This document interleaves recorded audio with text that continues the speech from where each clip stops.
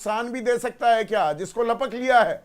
अमित शाह ने वो कह रहे हैं कि ये तो रुकवा देंगे महिलाओं को, अब जाके वो बताएंगे, चिल्लाएंगे। अरे वो 10,000 रुपए रुकवाना चाह रही है आरजेडी, जबकि तर्क वो बिल्कुल ठीक है। इसी को संज्ञान लेना चाहिए। बीच चुनाव में क्यों पैसे बांटे जा रहे हैं भाई?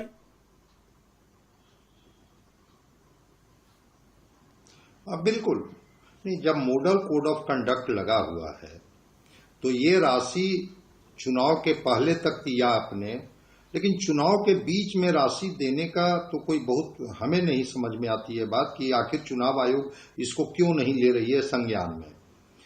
ये बात में तर्क है। ठीक है, अमित शाह जी अपने तरीके से समझा देंगे या नहीं समझाएंगे महिलाओं को, वो तो महिला बताएंगी जब 14 नवंबर को हम लोग बात करेंगे। लेकिन बीच चुनाव में इस तरह की बात स्मृति ईरानी भी कह रही हैं आरजेडी महिला विरोधी है।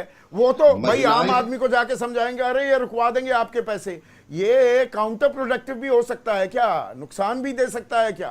कि चिट्ठी लिख रहे हैं मनोज झा, और लिखनी थी तो पहले ही लिख लेते, जब पहली किस्त डली थी कि ये चुनाव में नहीं होना चाहिए, तभी से दबाव बनाना चाहिए था।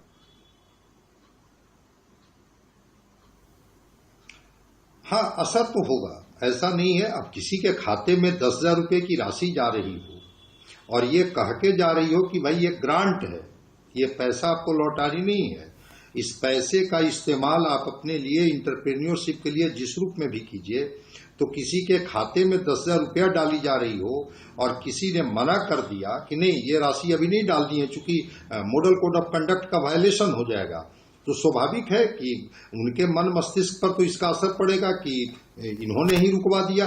इससे इनकार नहीं किया जा सकता। नहीं, पर ये 30,000 10,000 स्केल में आंकड़ा किसका बड़ा है ये दिखाने की भी कोशिश हो रही है क्या प्रोफेसर साहब? कि भाई 10,000 दिए तो अब वो देना तो जो माँ बहन मान योजना है 2,500 हजार रुपए हर महीने देने थे, वो देते तो 2,500 में वो वजन नहीं आता। अब इसीलिए तेजस्वी को आज चुनावी प्रचार के पहले चरण के प्रचार के आखिरी दिन की सुबह ये कहना पड़ा, मैं 2 महीने बाद मकर संक्रांति के दिन सीधे 30,000 दूंगा। ये वजन लाने के लिए है क्या? 10 से 3 गुना ज्यादा दे दूंगा। बिल्कुल। लड़ाई अब वहां तक आ गई है।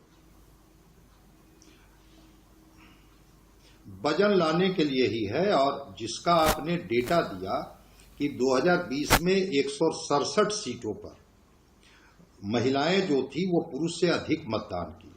महिलाओं का टर्नआउट बहुत अच्छा रहा, 59.7% महिलाओं का टर्नआउट रहा। और जहां महिलाओं का टर्नआउट अधिक रहा वो सीटें एनडीए के हिस्से में गई।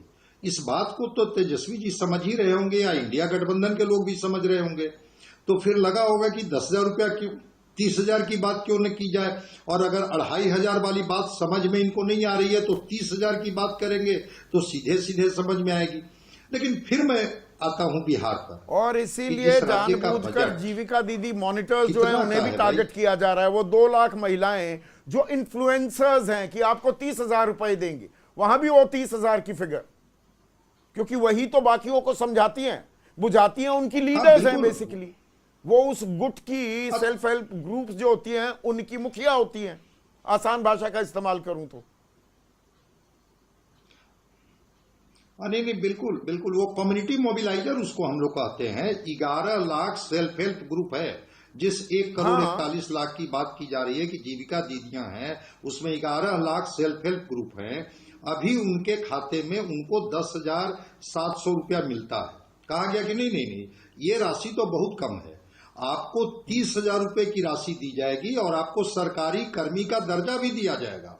चूंकि कम्युनिटी मोबिलाइजर ही तो 1 करोड़ 41 लाख जीविका दीदियों को सीधे सीधे प्रभावित करती है। जितनी भी पॉलिसी